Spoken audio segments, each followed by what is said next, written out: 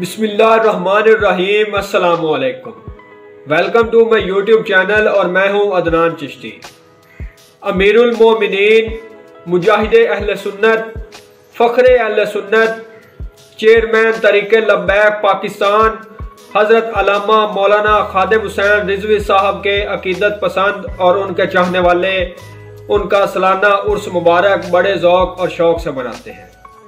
हर साल की तरह इस साल भी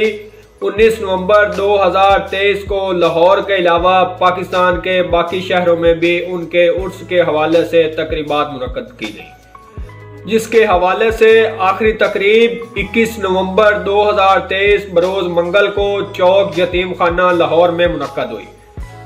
जिसमें नामवर उलमाए कराम और मशाइख, पार्टी के सीनियर रहनुमा, सहाफ़ी हज़रात, जिसमें सबसे बड़ा नाम सैयद इकरारुल हसन और स्क्रिप्ट राइटर और कालम निगार खलीलुर रहमान कमर ने शिरकत की।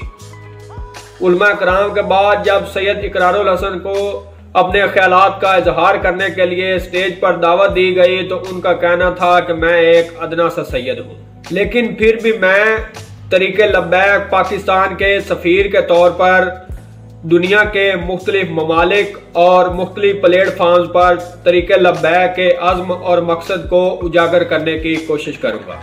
ताकि ज़्यादा से ज़्यादा लोग TLP यानी तरीक़े लब्बैक पाकिस्तान के मकसद को समझें और उनके साथ मिलकर ख़त्म नबूवत पर पैरा दे सकें और इस तरह गुस्ताखियों के अमल को आगे ना बढ़ने दिया जाए और इनकी रोकथाम के लिए इक़दाम किए जाएँ।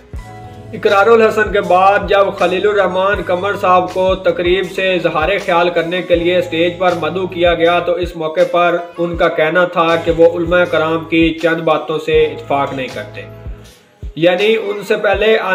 पहले तकरीब से खिताब करने वाले उलमा कराम ने कहा था कि इस्लाम तलवार के जोर से फैला है, जबकि खलीलुर रहमान कमर का कहना है कि इस्लाम तलवार के जोर से नहीं फैला, बल्कि इस्लाम हजूर सल्लल्लाहु अलैहि वसल्लम के हुस्न अखलाक, अदलो इंसाफ और मुसलमानों के अच्छे रवैये की वजह से फैला है।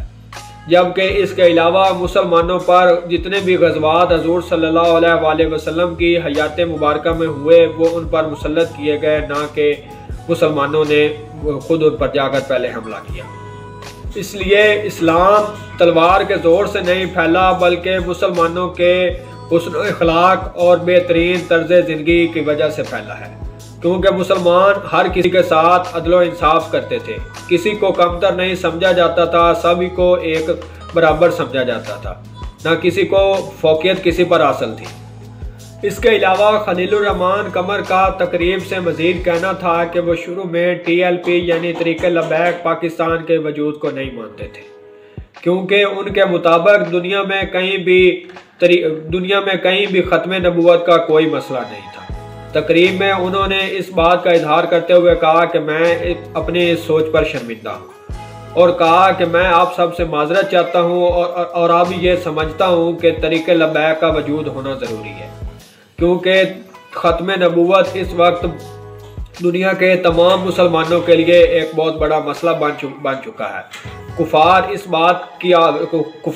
बात की ताक लगाए बैठे हैं कि मुसलमानों को कमज़ोर करें और ख़त्म नबूवत वाले सिलसिले को भी कमज़ोर करें। इसलिए TLP का वजूद पाकिस्तान में बहुत ज़रूरी है ताकि वो ख़त्म नबूवत के इस मसले को उजागर कर सकें और इस पर लाजमी पैरा देना चाहिए। इसलिए इस जमात का होना बहुत ज़रूरी है।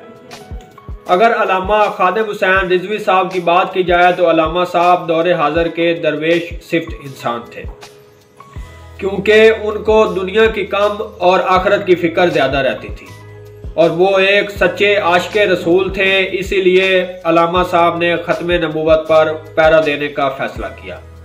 और व्हील चेयर पर बैठकर अपने शोला बयां तकारीर से न सिर्फ मुसलमानों की गैरत ईमानी को जगाया बल्कि कुफ़ार को भी हला कर रख दिया, जिसकी वजह से काफिरों को फिक्र लाक हो गई कि अल्लामा साहब की वजह से मुसलमान दोबारा मुत्तहिद हो जाएंगे और दोबारा उठ खड़े होंगे। इसलिए उन्होंने पाकिस्तानी गवर्नमेंट के हाथों अल्लामा साहब को कैद करने का फैसला किया और पाकिस्तानी गवर्नमेंट कुफार के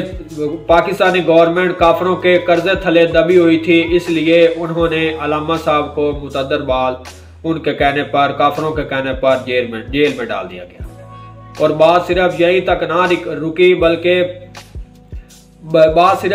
ना रुकी और तरीके लब्बैक पाकिस्तान के मुजाहिदीन को शहीद भी किया गया।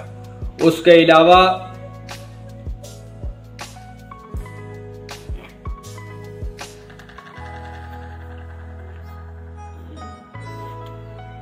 बात सिर्फ यही तक ना रुकी और तरीके लब्बैक पाकिस्तान के मुजाहिदीन को शहीद भी किया गया।